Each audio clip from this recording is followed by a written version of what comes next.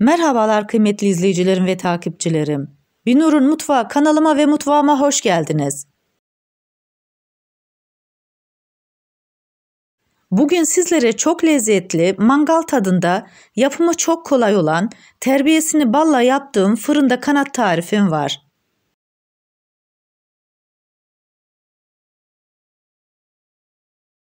Tarifime başlamadan önce kimin nereden izlediğini bana yorumlardan yazarsanız, değerli takipçilerimin nereden izlediğini öğrenmiş olurum. Sizleri daha fazla bekletmeden bu leziz ana yemeğin tarifine geçiyorum. Herkese iyi seyirler.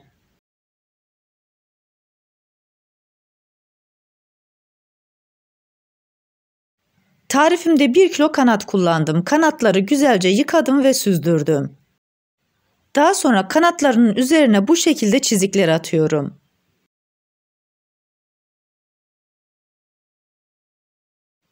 Bu arada tarifimi buraya kadar izleyip beğendiyseniz ve hala kanalıma abone değilseniz, abone olup beğeni ve yorumlarınızla beni desteklerseniz çok sevinirim.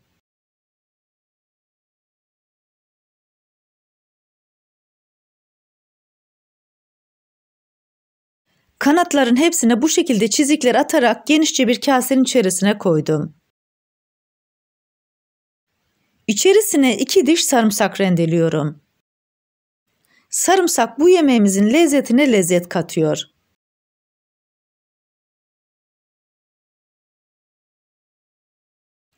Baharat olarak içerisine 1 çay kaşığı karabiber, 1 çay kaşığı kırmızı toz biber,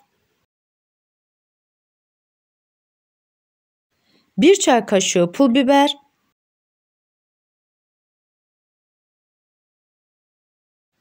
1 çay kaşığı kimyon, 2 çay kaşığı tuz, 1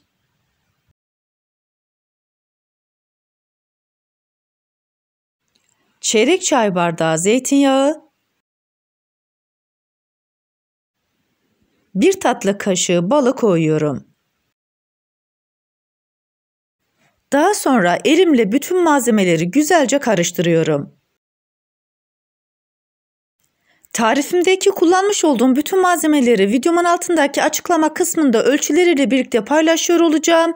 İsterseniz oradan da bakıp faydalanabilirsiniz.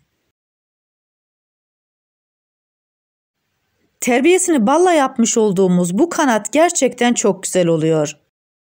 Daha önce denemediyseniz bu tarifi mutlaka yapmalısınız.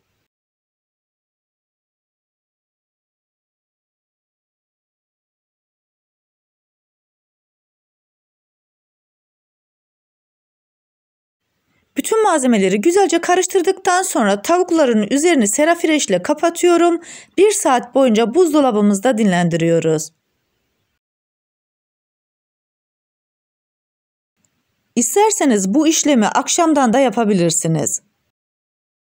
Tavuk terbiyede ne kadar çok durursa o kadar lezzetli oluyor. 1 saatin sonunda kanatları çıkarttım.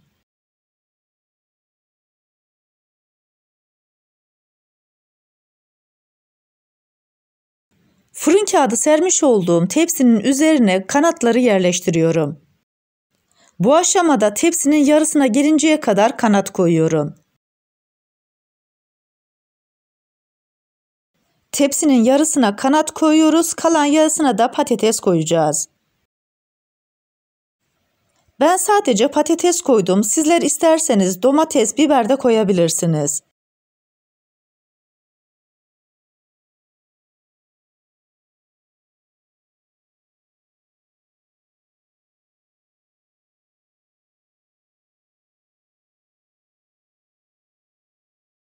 Tavukların hepsini dizdikten sonra tekrar kasenin içerisine patatesleri ekleyeceğim. Patatesleri de bu kabın içerisinde soslayacağız. Üzerine biraz zeytinyağı gezdiriyorum.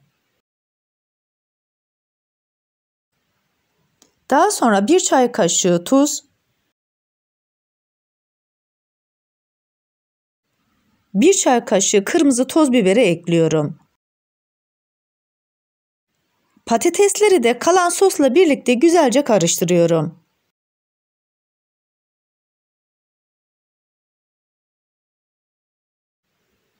Tepsinin diğer yarısına patatesleri tek sıra olacak şekilde diziyorum.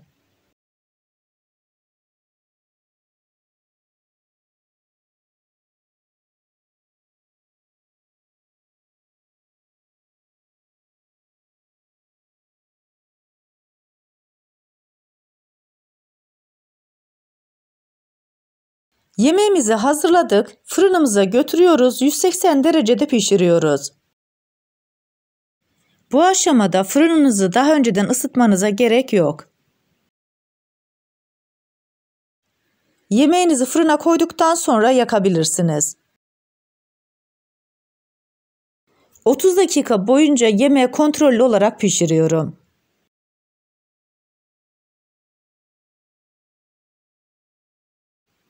...30 dakikanın sonunda kanatlarımız ve patateslerimiz güzel bir şekilde kızardı. Fırından çıkartıyoruz. Hala çok sıcakken servis ediyoruz.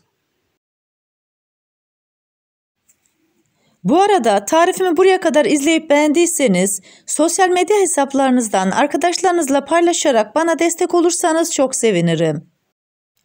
Ayrıca kanalımda birbirinden güzel diğer tariflerim var. Onlara da göz atmayı sakın unutmayın. Tabii ki bu yemek bulgur pilavı olmadan yenmez. Bulgur pilavı koymuş olduğum servis tabağına kanatları ve patatesleri koyuyorum. Tarifimdeki tüm püf noktaları detaylı bir şekilde sizlere anlatmaya çalıştım. Ancak yine de aklınıza takılan bir kısım olursa bana yorumlardan yazabilirsiniz. Oradan da elimden geldiğince sizlere dönmeye çalışıyorum. Sizlere bir de bu güzel yemeğin iç dokusunu göstermek istiyorum. Lokum kıvamında harika yemeğimiz hazır. Bu kanatlar da gerçekten mangala aratmayacak kadar lezzetli ve güzel oldu. Bu leziz ana yemek tarifini yapıp deneyecek olan herkese şimdiden afiyet olsun. Sizler yemeğimizin son halini seyrederken ben de sizlere veda etmiş olayım. Bir tarifimizin daha sonuna geldik. Videomu izlediğiniz için teşekkür ederim. Bana destek olmak için tarifimi beğendiyseniz beğenmeyi, abone değilseniz abone olmayı, yeni tariflerimi izlemek için bildirim zilini açmayı, tariflerimi sevdiklerinizle paylaşmayı unutmayın. Her şeyin gönlünüzce olması dileğiyle hoşça kalın, afiyetle kalın, Allah'a emanet olun.